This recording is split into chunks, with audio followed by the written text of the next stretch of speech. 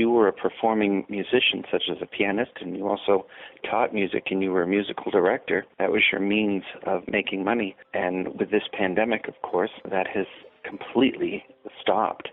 I'm not in the same boat as so many of my friends and colleagues. My heart just goes out. So I am still doing projects and conversing and working with people all over the nation, all over the world, that would normally be right here in the area, such as the Camden Opera House or the Waldo Theater or the Lincoln Theater or someplace like that, or even churches or schools or universities or other places. It's just absolutely impossible to do any theater. I can remember going to see Fauna Curtis in Fiddler, and I loved that show so much that I went 5 nights in a row. That was back when community theater, I think, was real community theater. People came together, and I was just in awe because I didn't know who those people were up there, and it was just so marvelous. Little did I know I would be actually working with Fauna years later in Noise Is Off.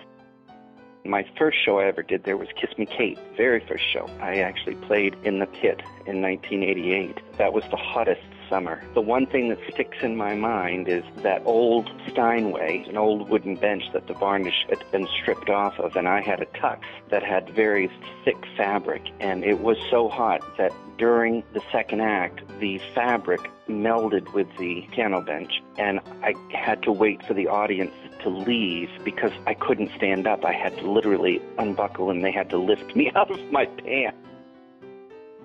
Luckily for me, it wasn't just the performance aspect that I've been blessed with, and so other areas of the musical world, such as arranging, recording, and composition, I've been able to fall back on.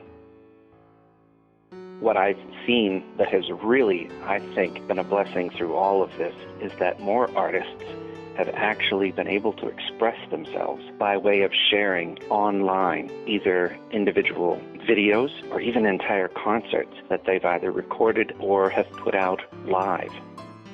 For me, as a composer and arranger, it's been wonderful because my music is actually reaching further than it ever would have been, because performers are starved for more music. I have been receiving much more commission work, and I have seen an increase in sales of my music, and I've received recordings of people who have been playing my music. Someone from London recorded a bassoon piece of mine that I never in my wildest imagination would have thought would have ever traveled that far, and it was simply because he was in quarantine and had discovered the piece and thought it was worthy enough of recording. Last year, we debuted the Glenn Jenks Ragtime Review in honor of composer and pianist Glenn Jenks, and we had planned the second annual, but of course put it off for a year because of the pandemic, and all the artists, all of them, would come back next year, and graciously the Camden Opera House scheduled us a year in advance as well.